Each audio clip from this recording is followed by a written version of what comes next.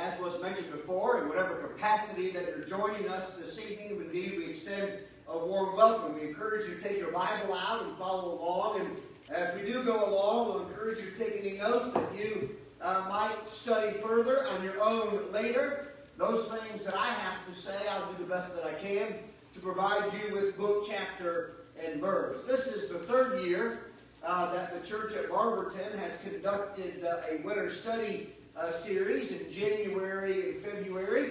And as this has become the custom, we've adopted a theme or subject matter for the series. And this year, our theme is The Verdict is In. And so there'll be a variety, 8 different lessons that are delivered in this series. And each of those lessons essentially will be dealing with evidences. But the reality of those evidences is that the verdict is in. The verdict has already been delivered or handed down by God. And the first lesson, which began, the series began last week, and the first lesson our brother Dave delivered unto us dealt with the matter that God is real. Listen, the verdict is in. And the verdict is that God is real.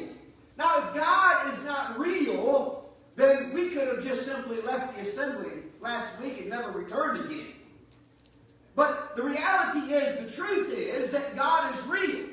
And the fact that God is real leads us then to other, if you will, verdicts. Other things that are reality. Other things that are indeed true. Tonight we're going to be looking at the verdict is in. And the verdict is that man was created. That man is not by accident. Our existence is not by accident. It is not the result or by the means of some humanistic theory, but rather that man is of divine origin. That is, man was created by God. As in the book of Genesis chapter 1, as the Bible opens up with this affirmation, that in the beginning God. And so in our first study, one of the things that was highlighted was that when the Bible begins, it does not begin with some exhaustive explanation for the existence of God, but rather begins as a matter of fact. It's an established truth that God is. And that is, in the beginning, God. And in Genesis chapter 1, in the beginning, God created. Amongst the things that God created, if you look a little later in chapter 1, we find ourselves what will be on day number 6 of creation. And in verse 24, and then God said, let the earth bring forth the living creature according to its kind, cattle and creeping things and beasts of the earth, each according to its kind. And it was so. And God made the beasts of the earth according to its kind, cattle according to its kind, and everything that creeps on the earth according to its kind. And God saw that it was good. And then God said in verse 26, let us make man in our image, according to our likeness. Let them have dominion over the fish of the sea, over the birds of the air, and over the cattle, over all the earth, and over every creeping thing that creeps on the earth.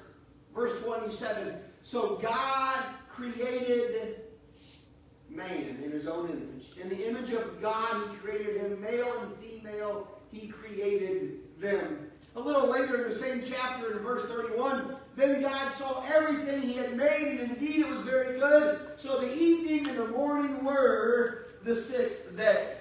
Ladies and gentlemen, the verdict has been rendered. And the verdict is such that man was created. Man is indeed of divine origin. The evidence, the mountain of evidence supports and shows, favors, that man is a created being. That there is indeed a grand designer behind the makeup of man. I want you to notice with me a few observations that we can make tonight. That support or show. That formulates for us the basis upon which we can know with all certainty that we are of divine origin. Notice with me as we begin tonight, a design demands a designer. Now, I'm going to share some examples with you that kind of, in some regard, our attention can be easily drawn to. But really, when you think about it, everything that is part of your life shows or exhibits this reality. That a design demands a designer, a building a builder, a thing made a maker. Even from the pillow you sleep on, to the glass that you drink water out of, to the seat that you're sitting in, to the car that you drive. Those things that are part of your everyday life in and of themselves demand a designer, demand a builder, demand a maker. Somebody made, somebody built, somebody engineered the house, the car, the phone, and whatever it may be. From the smallest to the largest of things. For example, this is a building. This is actually the tallest building in the world. It has been the tallest building in the world since 2010. It is called or named the Burj Khalifa. It's in Dubai. Again, the tallest building since 2010. It stands 2,716 feet. Now you compare that to the current tallest skyscraper on U.S. soil at the moment, which would be the One World Trade Center, stands 1,776 feet. So this Burj Khalifa in Dubai stands nearly 1,000 feet taller than the tallest skyscraper on U.S. soil. The tower's architecture and engineering were performed by Skidmore, Owings, and Merrill of Chicago. Adrian Smith was the chief architect. Bill Baker was the chief structural engineer. The primary contractor was Samsung C&T of South Korea. Tonight might be the first time that you have heard the name Skidmore, Owings, and Merrill of Chicago. Tonight might be the first time that you've heard the name Adrian Smith, or Bill Baker, or Samsung C&T of South Korea. But those individuals were party to the building, to the constructing of what is currently the tallest skyscraper in the world. These men are credited with helping carry out the erecting or the building of this particular structure. Now, I've not been to Dubai to see it in person, but I can only imagine what it would be like to walk up on this skyscraper. But whatever reality is true of this is true of, say, for example, the book you're holding in your hand, or the chair that you sit at your dining room table.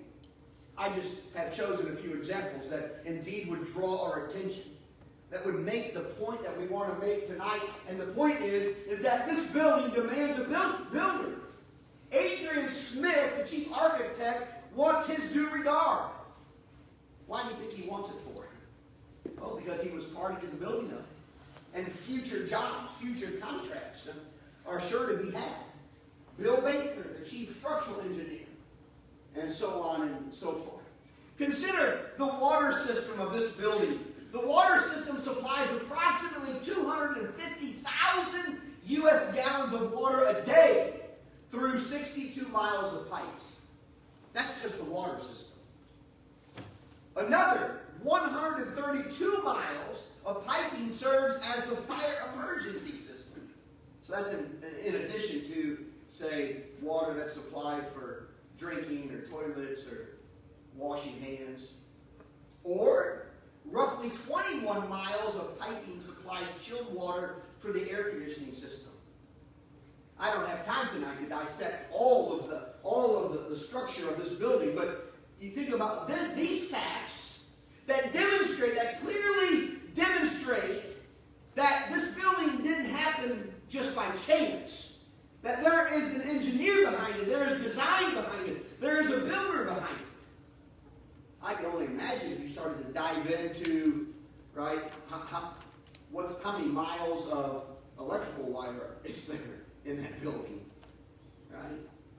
Or cable for the internet, or whatever the case may be. How many windows does it have? How many tons of material was used in the constructing of the building? How much steel was used? Or aluminum? And on what it illustrates is, with all clarity and without any doubt, and as sophisticated as this building or structure is, it still does not yet compare to the human body. Not even close. How about the U.S. electrical grid? You ever just, I've done this to my wife. We've been driving, I'm staring at telephone poles. And I'm amazed. But you get to thinking about it. Just every road you travel down, almost every road you go down, and now even in some of the most remotest places of the U.S. continent, the continental United States, are there telephone poles and wires being run. According to Scientific American, the U.S. electrical grid is the largest interconnected machine on Earth. Those telephone poles did not stand up on their own. They didn't erect themselves. They didn't happen, there was some big bang, and when the dust settles, you got all these telephone poles with wires nicely strung. But you see, that's what they would have you believe about the human body, is that the piping system of the human body, if you will, the electrical grid, the nervous system, just happened. And as sophisticated as the electrical grid is, it still does not even come close or compare to the sophistication of the human body. There are some 450,000 miles, listen, of high voltage transmission lines. There are some 5.5 million miles. The numbers are almost mind-boggling. It's kind of hard to wrap your mind around. There are some 5.5 million miles of local distribution lines linking thousands of generating plants to factories, homes, and businesses. So you see the wires running down the street, and then you'll see the wire off to the house, off to the business. Some 5.5 million miles of local distribution lines linking thousands of generating plants to factories, homes, and businesses. The National Academy of Engineering ranks it as the greatest engineering achievement of the 20th century. Even they acknowledge it's a thing made. No one using any kind of rationale would suggest that the electrical grid just happened. It just sprung up one day. No. There's design behind it. Right? Folks installed those poles. They hung the lines. There were linemen involved, companies involved. ElectricChoice.com explains the electric grid. This was, I thought, a pretty good brief explanation. And so, if you're trying to understand how the electrical grid works, there are hundreds of power plants located throughout the country that generate electricity. These plants are connected to transformers that step up the voltage of that electricity so it can be transmitted. These are connected by high voltage transmission lines that carry the electricity long distances across the country. You'll likely see those things running through mountains or farm fields. There are more than 450,000 miles of these energy lines throughout the country today, as well as 160,000 miles of overhead transmission lines. Furthermore, after the electricity has traveled a long distance, it is connected to a neighborhood transformer. This steps down the electrical voltage and transmits the energy through smaller, lower voltage lines. The energy is then distributed to poles which step down the energy once again and eventually send a safe amount of electricity into your home. We take it for granted. We just walk in the house and we flip the light on. Or you pull in the driveway and you hit the button for the garage door. Right? As sophisticated, as phenomenal as the electric grid is in the United States, it still pales in comparison to the intricacies of the human body. Consider with me, I could have chosen lots of images or pieces of art, but the honest truth is, if somebody asked me to name 10 pieces of art, I might personally have a hard time listing 10 pieces of art from memory on my two hands. So I went with the Mona Lisa, because the Mona Lisa is a particular painting that is pretty notable, notoriety. Most folks have an idea of what it looks like. The Mona Lisa did not just happen, right? And so the Mona Lisa was painted by Leonardo da Vinci. He worked on that piece of art from 1503 to 1506. Some have suggested, there are reports, that perhaps he made his last stroke, his final touches, if you will, in 1517.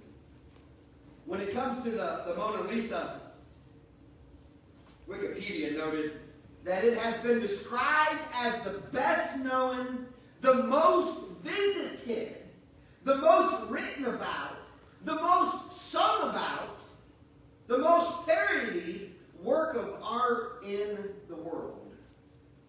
A painting demands a painter. Now, listen, I've just chosen 3. But there are hundreds, thousands, millions of examples that would illustrate the point that we're making. A design demands a designer, a building a builder, a thing engineered an engineer. We could talk about buildings, structures. The building doesn't have to be the tallest skyscraper in the world.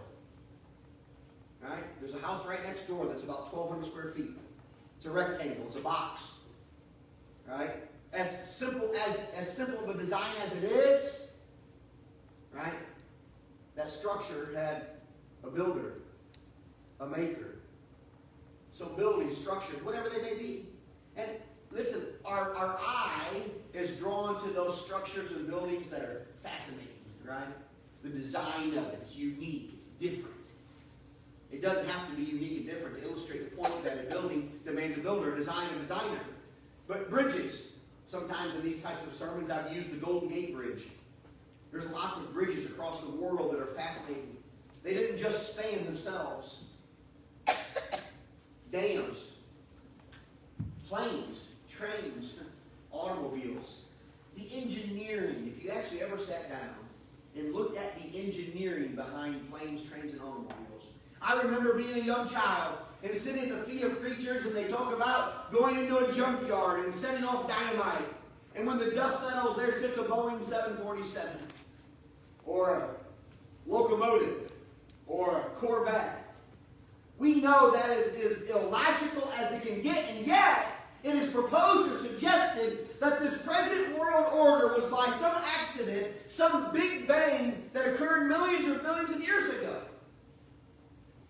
And as sophisticated as trains, planes, and automobiles are, they do not compare to this universe that was created, or the human body that was created. Technology, right? The smartphone that you probably have with you tonight, or the tablet that you might use frequently. Or we have these displays now that we can use as aids and as tools in our teaching or preaching. The technology, medical or otherwise, right, shows or proves, right, shows or proves that behind those designs are designers, builders, buildings, builders, etc. And the list goes on. We could go on all night with this particular list and this illustration. We know it doesn't take much, just a little bit of reason to know that man is created. Man was created. The very concept of design demands a designer affirms, helps the verdict to be rendered that man was created. Notice the second observation. How about the human body? We don't have time tonight. I've got books in my library that are dedicated to the exploration of the human body and how intricate it is and how amazing it is. And the books in my library would even pale in comparison to the volumes of books that are out there that would illustrate our point tonight of how amazing the human body is. And out of necessity, it demands and requires a wise creator. In Psalm 139:14, the psalmist said that I will praise you. And the psalmist said, for I am fearfully and wonderfully made. Marvelous are your works, and that my soul knows very well. Consider the blood vessels of the human body. There are 3 basic types: arteries, veins, and capillaries. Arteries carry blood away from the heart. Veins carry blood back to the heart. And capillaries are microscopic vessels that link the smallest arteries with veins. Now, I have a confession to make. For years, I have used this in some of my preaching and teaching. And I used to say, from memory, I thought, that if you took the human body, so if you took my body, and you strung all of my arteries, veins, and capillaries together, end to end, I used to say that it would stretch to Florida and back. But I have sold the human body short. I've actually sold God short. Because if all the body's pipelines, and so if those arteries, veins, and capillaries were connected end to end, it is estimated that it would stretch out from between 60,000 and 100,000 miles. It's 1,000 miles from here to Orlando, Florida. And so I guess in my previous occasions, I misspoke. 60,000. One person. Not a group of people that have come together. One person, your body. If you took your pipeline and your bodies end to end, it would stretch between 60 and 100,000. Consider this. The Earth's equatorial circumference is 24,901 miles. So if you go to the equator and you were to go around the Earth, you'd go approximately 24,901 miles. Some simple arithmetic tells us then that this pipeline then could stretch around the Earth's equator some 2.5 to 4 times. I mean, think about that. Your body by itself, your pipeline, if we stretched it all out, could possibly go around the Earth's equator 4 times. It's testimony to the human body that it is not by accident, but rather there is intelligent design behind it. Sometimes this might come across morbid, but I think about how compact the human body is and how God arranged it. And I like to think about when you go and you buy a tent from the store. You ever bought a tent from the store or seen somebody buy a tent? And when you buy it, it's a nice long rectangle, nicely packed. And you take that thing out of that bag they give you, you set it up, you camp for a couple of nights, you go to put it back in there. Good luck. It takes an army of people to try to get it back in that bag. Matter of fact, I know a lot of people don't even try. They just go get a Rubbermaid tub of some sort and jam it in that tub. Think about the human body and how it's all put together. It's marvelous. It's wonderful, Psalms said. How about Ecclesiastes 7 and 9? Wisdom literature says, the wise man said, truly this only I have found, that God made man upright. Now there's several observations to make from this passage. We just want to point out at this point that the fact that the wise man said God made man.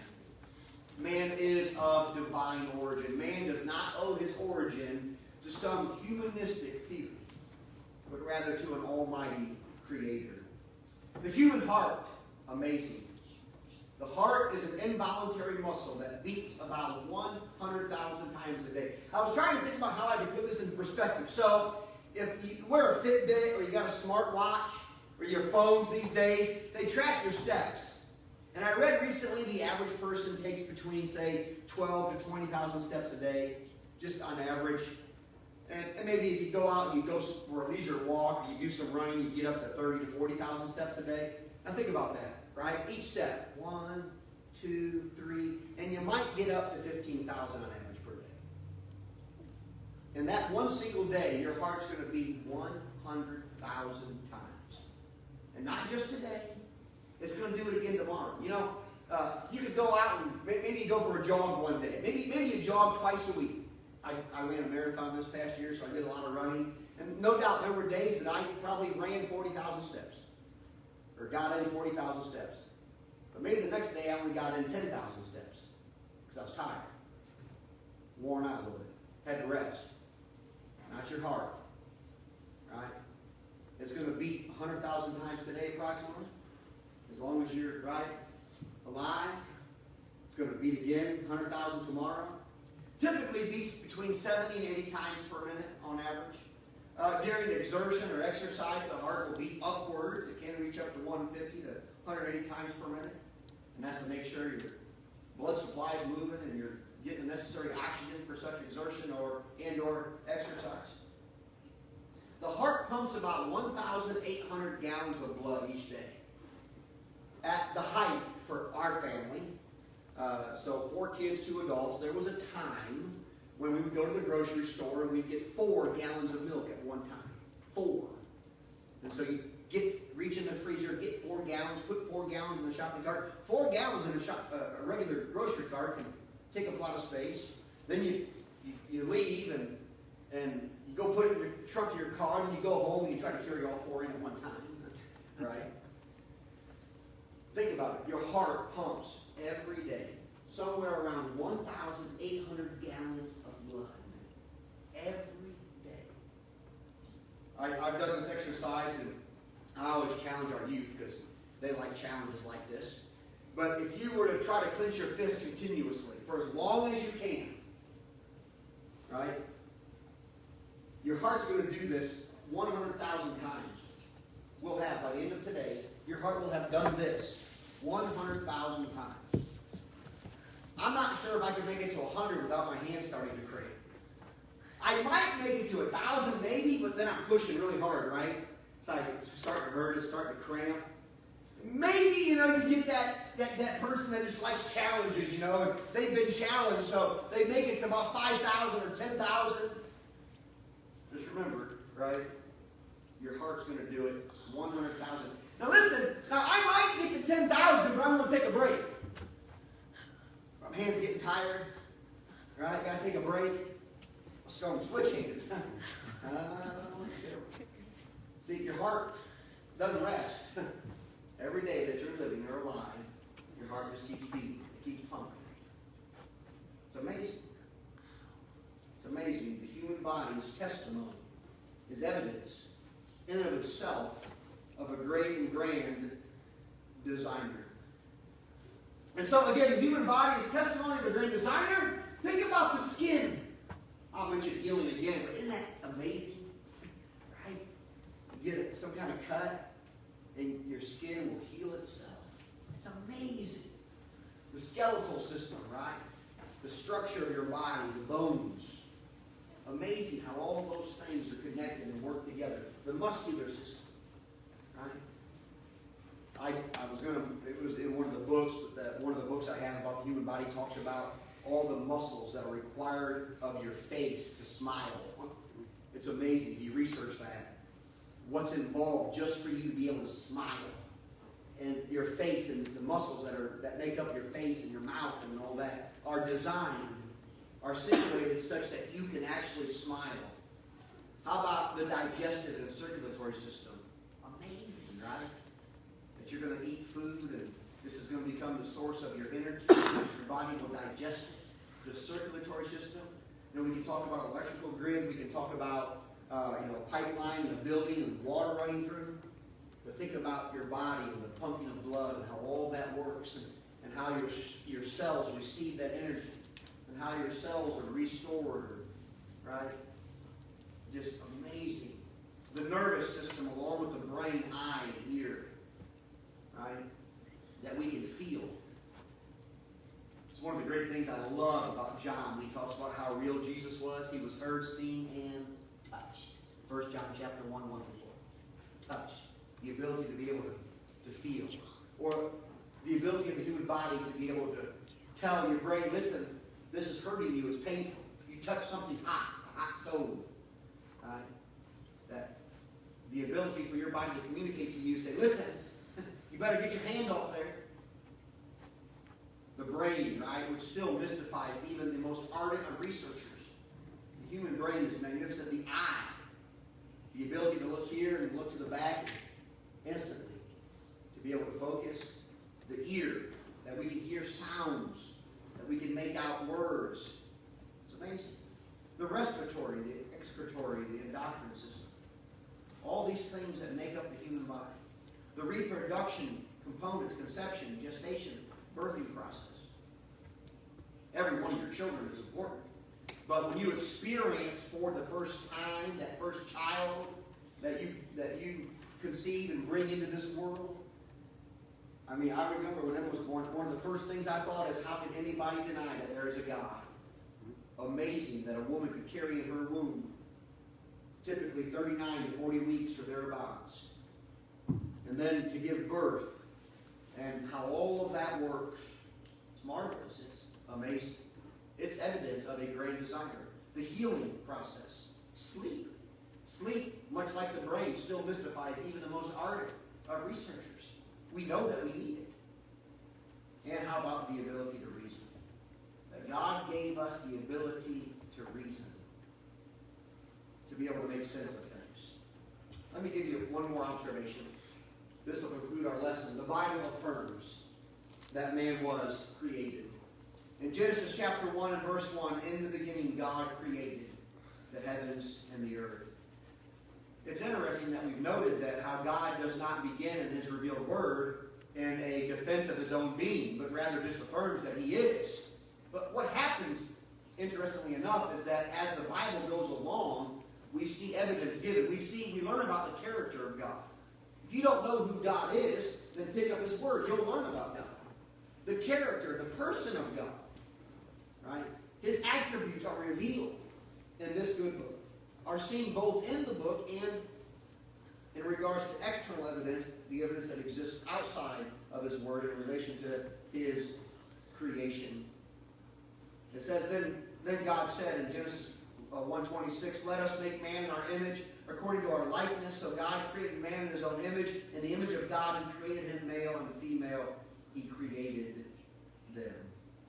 It's interesting that so many of those who disregard the Bible, the Word of God, that they're still searching. Right? They're looking for that missing link, so to speak, that would provide the answer to man's origin. And yet it sits right in front of his or her eyes. In Exodus 20, in verse 11, Moses was speaking to Israel, and he said, for in 6 days the Lord made the heavens and the earth and the sea and all that is in them, and rested the seventh day. A lot of debate has been had about the days of creation. Do the days represent millions of years? Were there millions of years, the gap theory between those days? And Moses answered that debate once and for all. Moses said, for in 6 days. Moses was speaking to Israel. He was going to deliver to Israel God's law or God's rule for them. And Moses wrote, for in 6 days. When Israel read that, they would understand Moses to mean 6 literal 24-hour days. 6 literal consecutive 24-hour days. And in those 6 days did God create man. And he did so on day number 6. In Matthew chapter 19, Jesus' question about divorce. Can a man lawfully divorce his wife for any cause? And when Jesus begins his reply to their question, here's how he began. He answered them and said to them, have you not read that he who made? Jesus affirms the origin of man. That is, man was made, man was created. Man is of divine origin. Matter of fact, I love these statements. Jesus spoke them several times, and he says, have you not read? And what he's saying is, had you been reading the scriptures, you would already know the answer to your question. Had we been reading the Bible, we would know the origin of mankind. He who made them at the beginning made them male and female. The human body, accident or design. The theory of evolution theorizes that all things began in a single non-sex cell, and that all phases, form, and grades of life that now exist evolved and developed from a single cell.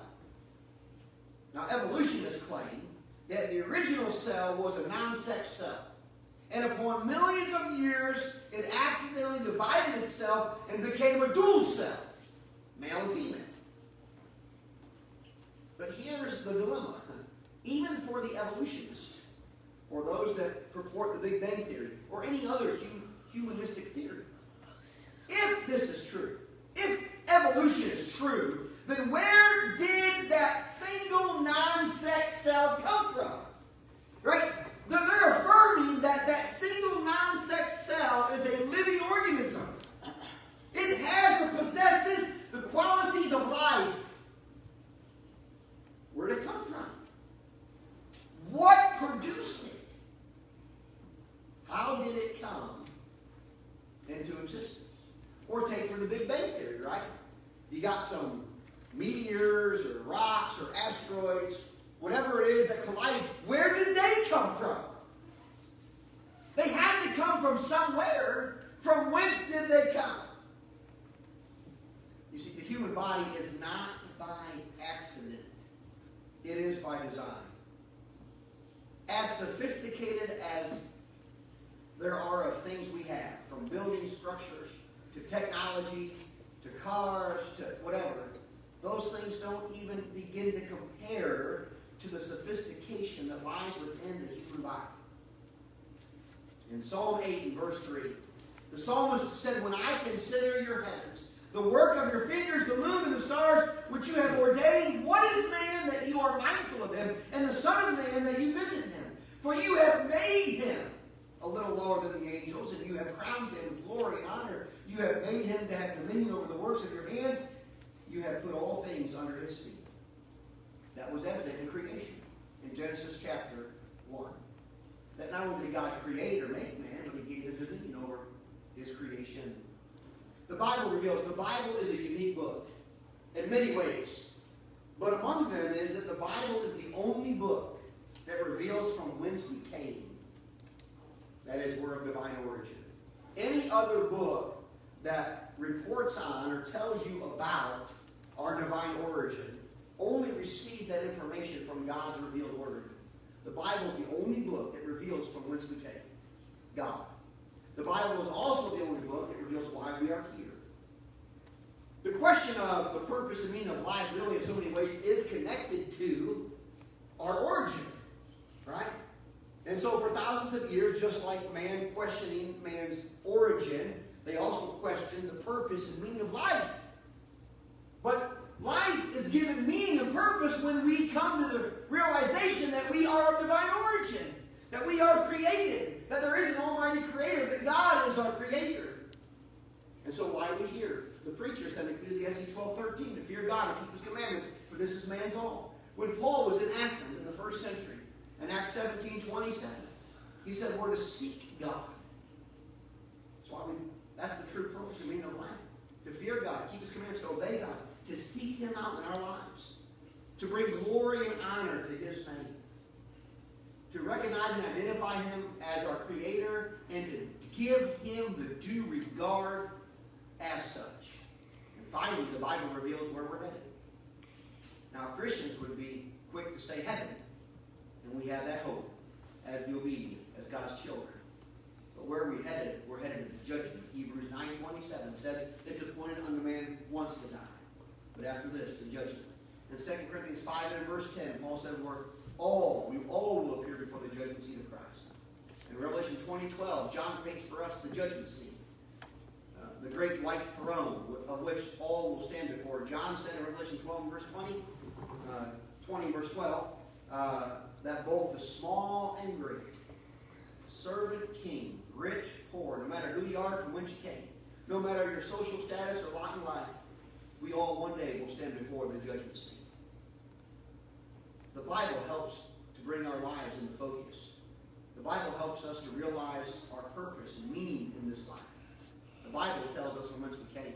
The Bible tells us why we're here and where we're headed. Ladies and gentlemen, the verdict is in. And I have barely even scratched the surface in this short lesson tonight of as I referred to even Brother Dave Scarpino's first lesson and his lesson. I know the time constraint in which we have to operate, that the mountain of evidence is so overwhelming that you cannot present in 35 minutes or so all the evidence that affirms that God is real and that man is created. And any other subject that will be addressed in this series. The mountain of evidence, as I've said, is so overwhelming in favor of the reality of God, of man being created, of Jesus arising from the dead. Whatever the biblical subject is, whatever God's will is, the mountain of evidence is so strong and in favor of or support of that man has to simply outright reject that which can be known to be true. And in this case tonight, the verdict is in and man was created. We're going to sing song number 46. And so it's that God that is real, and it's that God that created us. It is that God that loves us, who has shown us grace and mercy. Sin came into the world when Adam and Eve had transgressed God's law. And so sin has become a part of this life. And God, in his infinite wisdom, has a plan in place that sinners can be saved from their sins. The one unique thing about man is that man is created in the image of God. Yeah, we can see this physical body, but we also have a makeup of which we are immortal. And so we have a eternal soul that will reside either in eternity in heaven or reside in eternal damnation in hell fire. Where we reside in eternity is dependent on how we live in this life and whether or not we obey God in this life. And if you're not a Christian, then we would encourage you to study God's Word. Let us study with you, that you can learn about what God has done to make salvation possible. Why? Because God loves you. We have a gracious, merciful, and loving Creator who has and will provide for our physical needs and most certainly our spiritual needs. And of course, as Christians, we're encouraged and exhorted over and over again throughout the New Testament to continue in the faith. That whatever comes before us, that we continue to push through and strive to overcome and continue to glorify God. And as Christians, when we sin or miss the mark, that we're commanded to repent and pray to God for forgiveness. We're going to sing 146. If there would be one in the assembly tonight who would need to make his or her life right with God, we'd just be thrilled and excited to help you. So you can come together. We stand and sing. Have thine own way.